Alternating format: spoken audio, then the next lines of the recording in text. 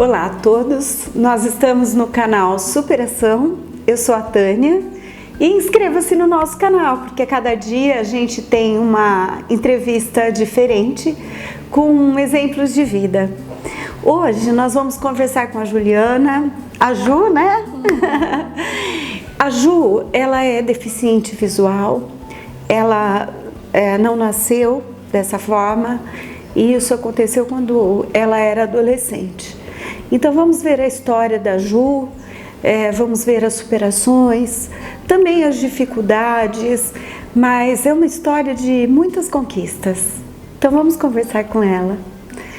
Ju, conta pra gente como é que tudo aconteceu. Eu gostaria de agradecer pelo convite, de falar um pouquinho sobre a minha história, né? E espero que através da minha história eu consiga ajudar e aprender muito com as outras histórias também. Na verdade, assim, eu perdi minha visão com 15 anos, né? Então, quando eu nasci, eu tinha uma miopia, era uma miopia forte. E com o passar do tempo, eu fui fazendo tratamento na Unesp, me tratava na Unesp.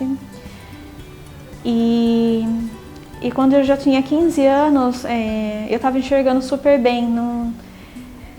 Então, assim, a minha perda de visão não foi por conta da miopia, até mesmo porque não ia acarretar a perda de visão a miopia.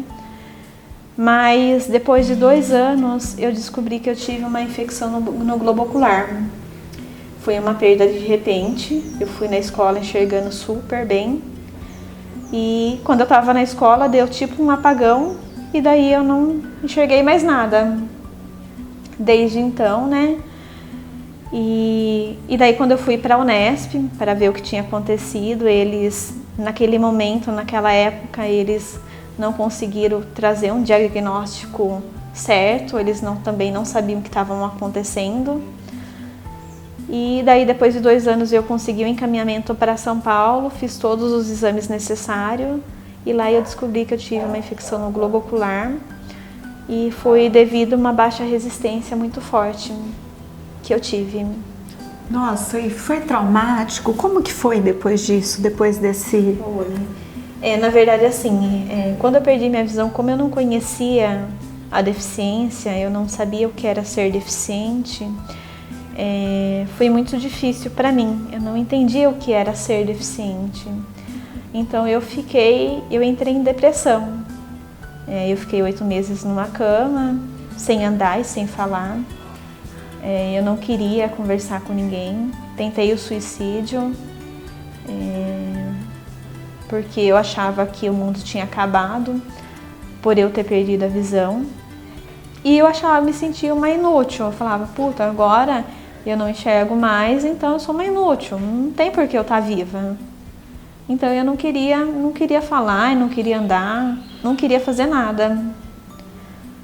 Mas depois desses 8 meses, eu fui vendo que o meu pai e a minha mãe, os meus irmãos, eles estavam me ajudando muito e eles faziam de tudo para me ajudar. E eu percebi que eles foram ficando doentes. E daí foi quando eu acordei para a minha realidade.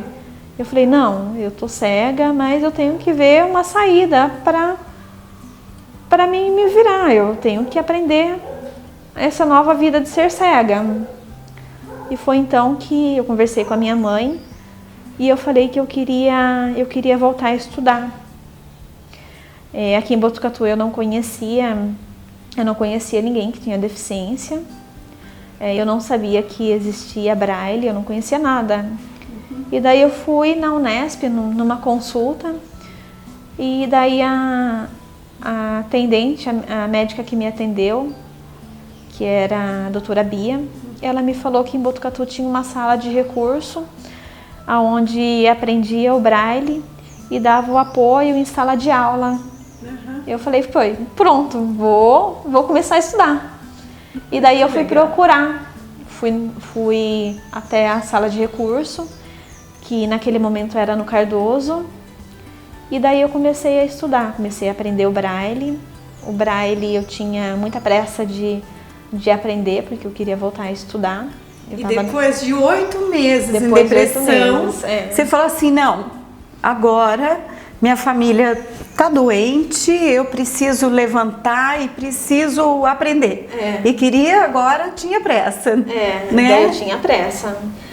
Daí eu comecei a frequentar a sala de recurso. Lá eu aprendi o Braille em um mês. Para ler eu demorei um pouco mais. E lá eu fui aprendendo a lidar com a minha deficiência, porque eu vi que eu era privilegiada. Porque assim, eu perdi minha visão com 15 anos, mas dentro da sala de recurso tinha pessoas que nunca tinham enxergado. E Deus tinha me dado a oportunidade de eu ver como que era todas as coisas, o mundo, tudo. Né? Então isso foi me impulsionando aí mais pra frente, né? Daí em 1996 eu voltei a estudar. Eu tinha parado na 6ª série e voltei a estudar. E daí comecei a ir na sala de recurso, que a sala de recurso ela dava o apoio, e eu ia numa classe normal. Eu estudava no IECA, ia na sala de recurso. E quem te ajudava aí nos lugares? Como é que funcionou esse período de você se adaptar a esse mundo diferente? Tanto no ginásio como no colegial, assim, os meus irmãos estavam estudando, os meus irmãos mais novos. Então eu ia para a escola e a gente acabou caindo na mesma classe, eu e eles. Então eles me davam um apoio. Eles iam lendo para mim o que estava escrito na lousa, eu ia colocando em braille. As provas eram enviadas para a sala de recurso, e daí depois a Márcia, que era professora, ela batia as provas e eu fazia em sala de aula. Puxa vida! Então você teve muita ajuda também nesse período, né? E daí quando eu cheguei no colegial, acho que no 2º colegial eu queria mais coisas, né? Eu queria conhecer outros tipos de deficiência para eu poder ajudar. Então eu queria aprender a lidar com outros tipos de deficiência. Né? Na sala de recurso a gente já conseguia se virar bem sozinha, né? Além de eu querer também conhecer outros tipos de deficiência, eu estava meio naquela fase, não sei se é rebelde, mas eu estava naquela fase assim, desafiadora. Porque assim, às vezes eu queria sair e eu precisava de alguém para me levar. Às vezes eu tava de paquera com alguém, tinha que ficar pedindo para os meus irmãos me levar.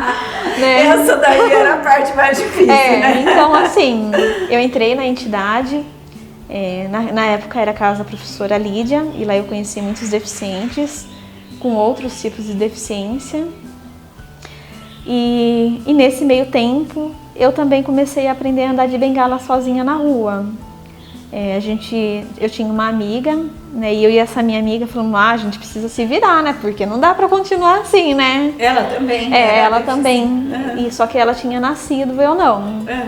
E daí a gente começou a ter amizade com o Trigo, Carlos Trigo, que é vereador, e daí a gente falou pra ele, Trigo, dá uns toques aí, como que a gente pode se virar mais na rua para andar. E ele também é deficiente? Ele é. E daí ele deu algumas voltas com a gente na rua e a gente começou a andar de bengala na rua. Começou a se virar. Assim, na verdade, são várias superações, na verdade. Primeiro, sair da depressão, né, que deve ser muito difícil. Você utilizou medicamentos ou não, na época? Não. Então se torna até mais difícil, não é verdade? Depois o braille e depois andar de bengala na rua, não é verdade? E daí até assim, quando eu comecei a andar de bengala na rua, o meu pai, somente o meu pai, ele tinha tanto o meu pai, a minha mãe, né? Mas meu pai tinha uma superproteção muito grande. Então às vezes a gente brigava até, porque ele falava, Juliana, pelo amor de Deus, você não precisa andar de bengala, você tem a gente. Você não precisa disso. E eu falava pra ele, não pai, eu vou andar de bengala porque não tenho o senhor a minha vida toda, eu preciso se virar. né? Eu preciso andar, né? E daí eu primeiro comecei a andar de bengala num bairro diferente, pro meu pai não ficar pegando no meu pé. E a hora que eu vi que eu tava andando bem, daí eu contei pra ele que meu pai era mecânico e todo mundo conhecia, daí eu contei pra ele que eu já tava, que ele não precisava mesmo me levar nos lugares que eu iria com a bengala. Nossa, que legal, hein? Isso daí foi um grande desafio e uma grande superação, né? Foi. Daí eu já tava terminando meu colegial, eu tava estudando ainda, né? Eu tava na entidade de deficientes físicos e eu comecei a procurar emprego, né? Então assim, fui em vários lugares, ouvi muitas coisas tristes que acabavam trazendo um pouco de desmotivação, porque as pessoas não acreditavam na capacidade que o deficiente tinha, né? E muitos nãos eu recebi. E daí foi quando o Silvio, que era gestor lá do RH da Centroflora, naquela época, ele foi conhecer a entidade. E daí a gente conversando, ele me chamou para eu conhecer a empresa, um pouquinho do que a empresa fazia. E daí eu fui falar com ele na empresa, fui conhecer um pouquinho do que a empresa fazia. E ele me chamou para eu fazer um teste lá na recepção e telefonia. E quem sabe, se desse certo, eu poderia continuar trabalhando lá com eles. Ou se não, pelo menos ele tinha me dado uma oportunidade para conhecer o meu trabalho. Eu não tinha nenhuma qualificação profissional. Eu não tinha nenhum curso, nada. Ainda, E daí, quando eu entrei lá em 2003, setembro de 2003. E quando foi em outubro de 2003, eu fui contratada como recepcionista e telefonista. Que legal. Daí lá, né, dentro da empresa, então assim, eu fiquei bastante tempo na recepção, desde de 2003 a 2016. Dentro da recepção eu tanto era recepcionista como telefonista, mas eu dava um suporte para o ambulatório médico, então eu queria, como às vezes não tinha o que eu fazer, eu falava, eu quero pegar mais algumas coisas para me fazer, para poder ajudar. Então eu dava um suporte para o ambulatório médico, para marcação de consultas, chamar o pessoal para exame periódico.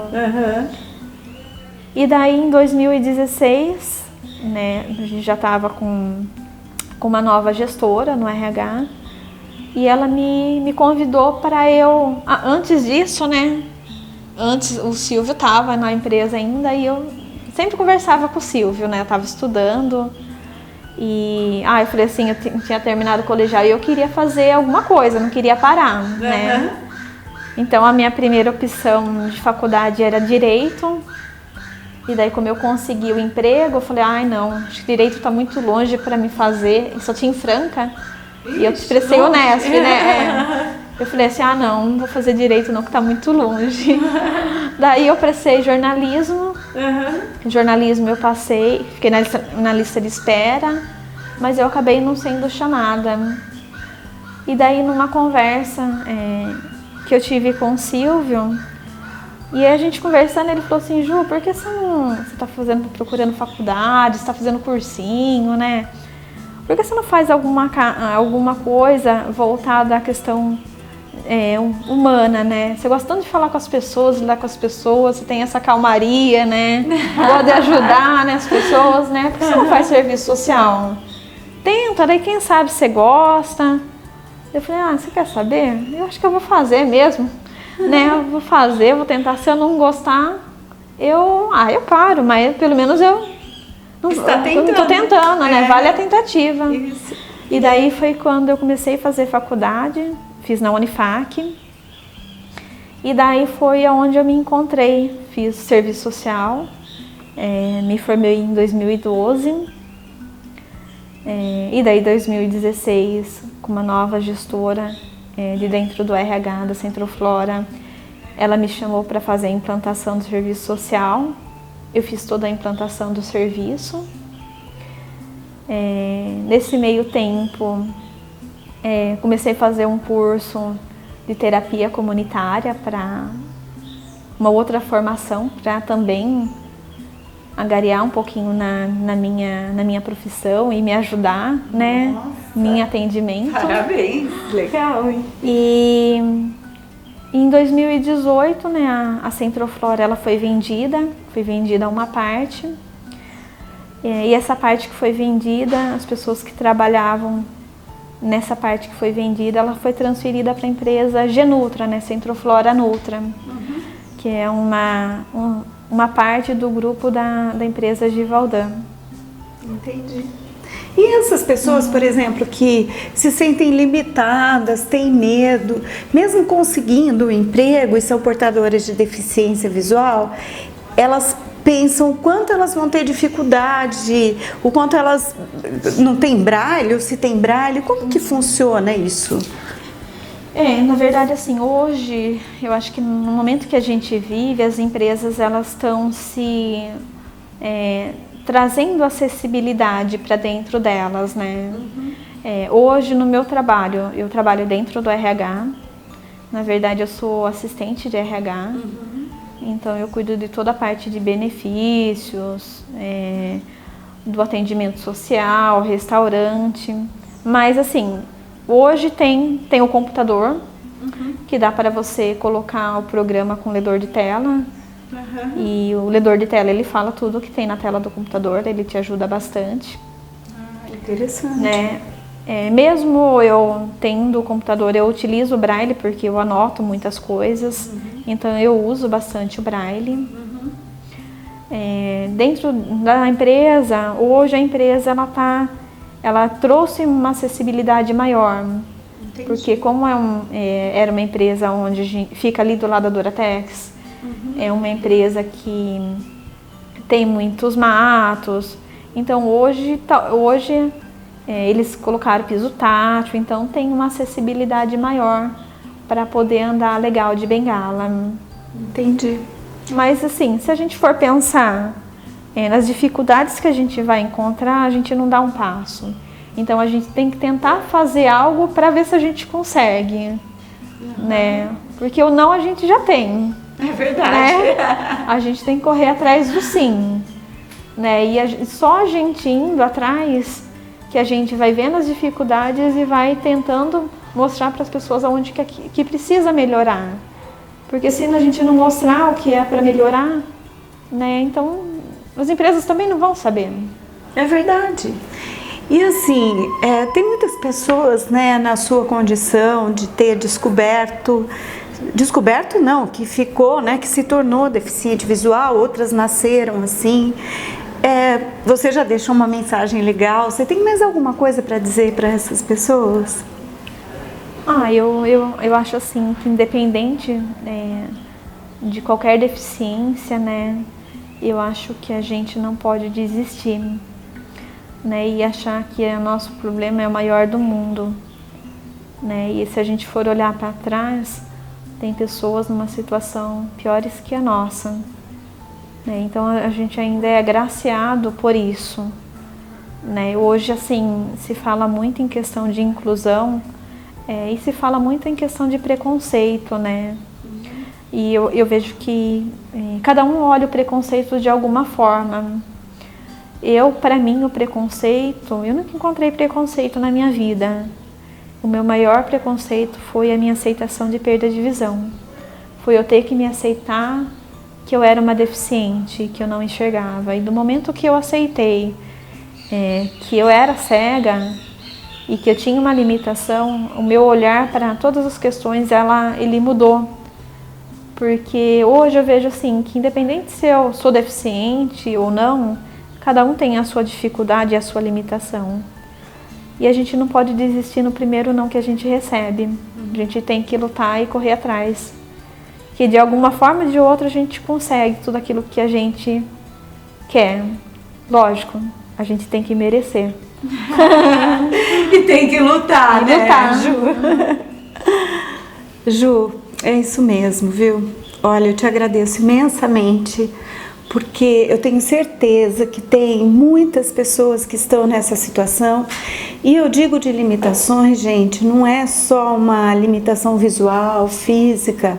Algumas pessoas, elas se acham menos que outras pessoas, elas não correm atrás por medo. Então, que é mais do que a Ju, né, que teve esse... Gente, imagina, você vai para a escola e volta sem enxergar. Isso daí, gente, ela ficou triste, ficou depressiva. É isso mesmo. Eu acho que as pessoas têm todo o direito de ficar tristes, não é verdade? Mas teve um momento em que ela olhou para o lado, ela percebeu que a família dela estava ficando doente junto com ela. Então ela falou, não, agora é o momento de eu levantar. E é como eu disse antes, foram várias superações. Ela teve que aprender braille, ela teve que aprender a andar de bengala, ela teve que procurar emprego e recebeu muitos nãos. Então, nesse momento, essas empresas que têm essas áreas, né, para pessoas com deficiência, eu vejo que elas já estão mais abertas, né? Que o país já está com, né, Ju, com vários programas, não é verdade? Para pessoas que têm deficiência ou qualquer tipo de deficiência. E sabe uma coisa que me chamou muita atenção, Ju?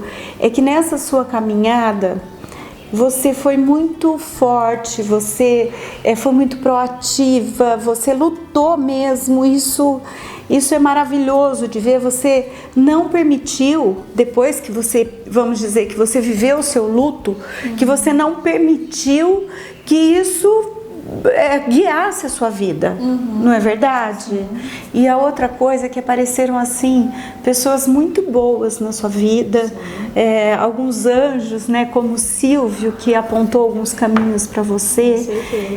Então isso é maravilhoso. Se você tem alguém que tem algum tipo de deficiência, saiba que você também pode ajudar, assim como a sua família também te ajudou muito. Sim. Né, Ju? Eu acho assim, hoje, né, tudo que eu sou, né, eu acho que eu dou graças primeiro a Deus, né, Deus me ajudou muito na minha caminhada, né, mas eu acho que eu sou uma pessoa muito abençoada, porque eu tenho uma família maravilhosa, com certeza, com as suas diferenças, mas a gente é muito unido, muito junto, né, e assim, a minha família, né, eu tive que também trabalhar com ela, porque como eles não conheciam a deficiência, então a superproteção ela veio muito forte.